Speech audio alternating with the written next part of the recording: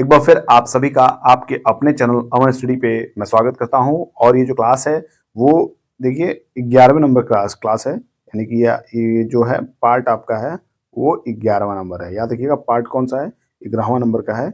और शुरुआत करते हैं अपने पहले क्वेश्चंस के साथ जो 161 नंबर का है। और उससे पहले मैं फिर से कहूँगा जो भी लोग चैनल पर नए हो या पहली बार आए हो वो चैनल को सब्सक्राइब करें और अपने सभी साथियों को इस क्लास को शेयर कर दीजिए। जितने भी इंपॉर्टेंट प्रश्न हैं जो हिंदी के हो सकते हैं वो हम यहाँ अभी फिलहाल प्रैक्टिस में कर रहे हैं। तो चलिए शुरुआत करते हैं पहले क्वेश्चन से। दिया कि रॉ का विवरण है। पहले जान लेते हैं कि रॉ, देखिए रॉ पार्श्विक में नहीं आता, रॉ लुंठित में आता है। किसमें आता है? लुंठित। आप रॉ को जब अपने जुबान से बोलेंगे तो जो जुबान का आपका मतलब अग्रभाग है वो आपके तालू को पिछले हिस्से को टच करता है। आप एक बार बोल के देखिए, raw raw raw raw. Raw क्या है? लुंठित है। और पार्श्विक, पार्श्विक आपका लौ होता है। क्या देखिएगा रॉ को बोलने के लिए आप देखिए, अगर लुंठित है तो लुंठित देखिए कहाँ कहाँ है। लुंठित ए वाले में ही केवल है। क्या है? लुंठित ए वाले ऑप्शन में ही है। तो इससे भी आप पता कर सकते हैं। और ये सघोष भी है, वत्सर भी है और अल्प प्राण भी है। तो इसलिए ए ऑप्शन ये राइट हो जाएगा। अब बात करेंगे 162 नंबर प्रश्न का। दिया कि स्पर्श व्यंजन, कंठ ध्वनि, अघोष और महाप्राण ध्वनि कौन सा है? तो आप जानते हैं कि महाप्राण 2 और चौथा है। और अघोष जो है, यानी समझिएगा बात को कि पहली बात कंठ, कंठ मतलब क से लेके अंग तक और अ आ ये सभी होते हैं। इसके अलावा आपको अघोष देखना है तो अघोष जो है पहला और दूसरा अघोष होता है, तीसरा चौथा पांचवा जो होता है आपका सघोष होता है। तो याद रखिएगा कि अगर आपका घोष भी है और आपका महाप्राण भी है तो आपका दूसरा ही लेटर होगा कोई ना कोई। तो ये देखिए जरा समझिएगा। देखिए क पहला लेटर है, ये अघोष तो है लेकिन अल्प प्राण है, नहीं होगा। ग जो है ये अल्प प्राण है, नहीं होगा। लेकिन ख जो है, ख, ये देखिए ये जो घ है ये आपका महाप्राण है लेकिन ये अघोष नहीं है, सघोष है, इसलिए ये भी गलत हो जाएगा। और जो शी है, ख जो है, ये सारे नियमों को फॉलो करता है, सही है। 163 नंबर का प्रश्न है आपके सामने। अंतस्थ और उष्म वर्ण कितने हैं? अंतस्थ और उष्म वर्ण कितने हैं? तो पहले आप जान लीजिए कि अंतस्थ वर्ण कितने होते हैं और उष्म वर्ण कितने होते हैं। तो आप जान लीजिए कि अंतस्थ जो है 4 होते हैं और उष्म आपके 4 होते हैं। तो ये जब दोनों मिलाएंगे तो आपको 8 आ जाएगा और 8 जो बी ऑप्शन पे दिया हुआ है। बढ़ते हैं अगले प्रश्न की तरफ। दिया है 164 नंबर का प्रश्न। काकल्य वर्ण कौन सा है? काकल्य वर्ण कौन सा है? समझ रहे हैं आप? काकल्य वर्ण कौन सा है? तो आप इसमें ह को टिक करिए। काकल्य वर्ण जब भी आपसे पूछे आप ह को टिक करिएगा। बहुत ज्यादा इसमें कंफ्यूजन मत रखिएगा। काकल्य वर्ण ह, याद रखिएगा ह।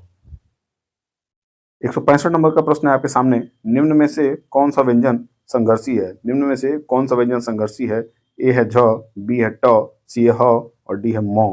तो कौन सा व्यंजन इसमें से संघर्षी है? तो जरा देखिएगा, च, छ, ज, झ, और आप इसको अगर यहाँ यहाँ चाहे तो ले सकते हैं।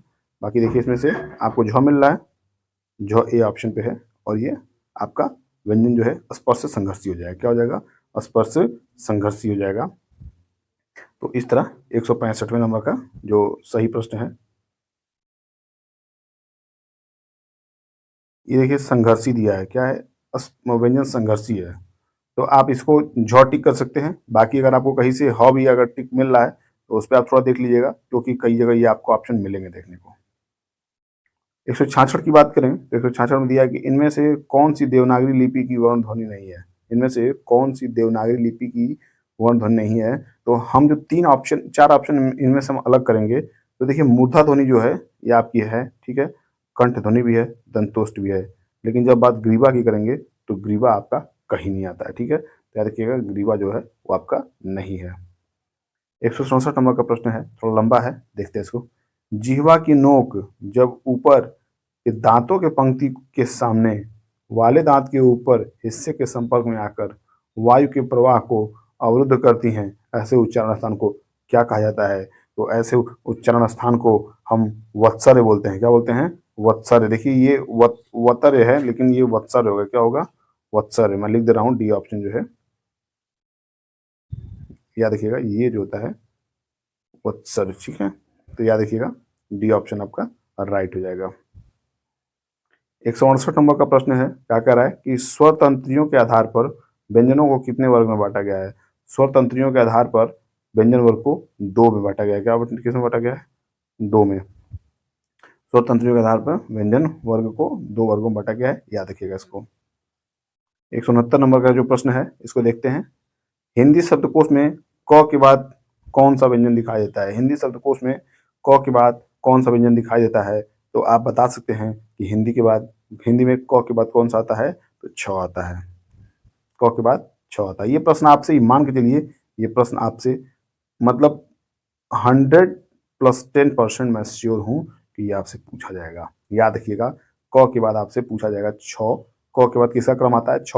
या छ से पहले किसका क्रम आता है, तो आपको क टिक करना पड़ेगा। याद रखिएगा इन सब चीजों को। 170 की बात करें तो प्रत्येक शब्द की वर्तनी के सभी वर्णों को उसी क्रम में अलग अलग दिखाना क्या कहलाता है।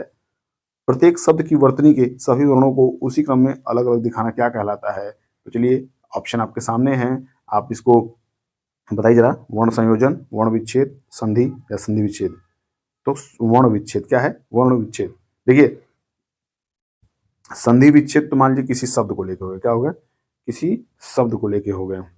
लेकिन दिया है वहां वर्ण, वर्ण उसी क्रम में अलग अलग, तो वर्ण विच्छेद मतलब अलगाव करना। तो बी ऑप्शन आपका राइट हो जाएगा। 171 नंबर का प्रश्न कह रहा है कि हिंदी वर्णमाला में छ और ड के बीच का कौन सा अक्षर है। छ, देखिए जरा फिर से, इसको थोड़ा सा कंफ्यूजन में क्लियर कर दूं। छ और ड है के बीच कौन सा अक्षर है, तो आप देखिए जरा कि छ और ड के बीच आपका ट आएगा नहीं, आपका ढ आएगा नहीं, झ आएगा नहीं।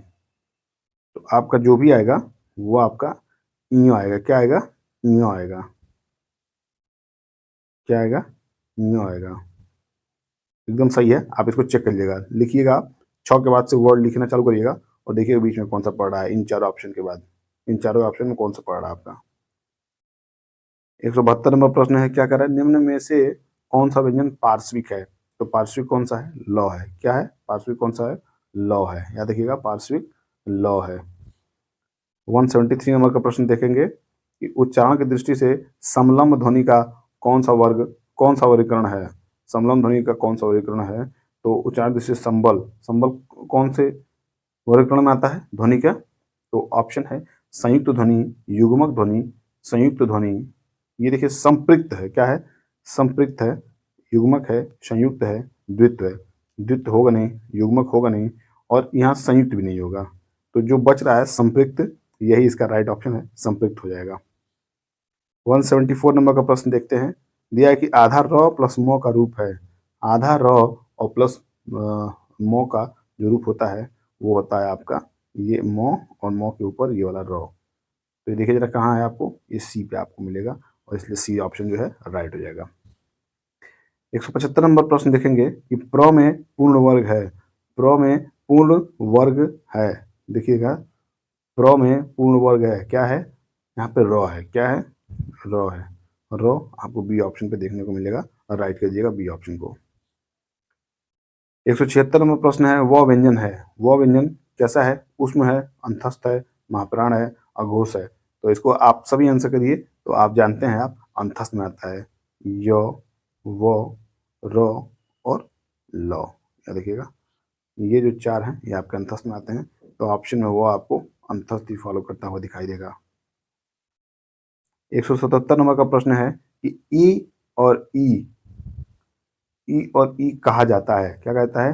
देखिए, ये ई और ई नहीं है, यहाँ थोड़ा सा ये लिखने में गलत हुआ है, इसको मैं साफ साफ लिख देता हूँ।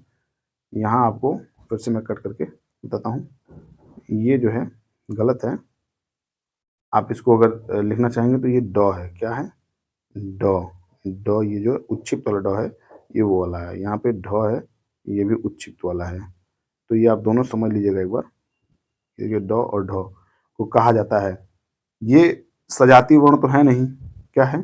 सजातीय वर्ण नहीं है। ये विजातीय वर्ण भी नहीं है। ये विकसित वर्ण है। विकसित वर्ण यानी कि अपने हिसाब से इनको विकसित किया गया है, यानी कि वर्णमाला में इनको बाहर से लिया गया है, विकसित ध्वनियां हैं ये।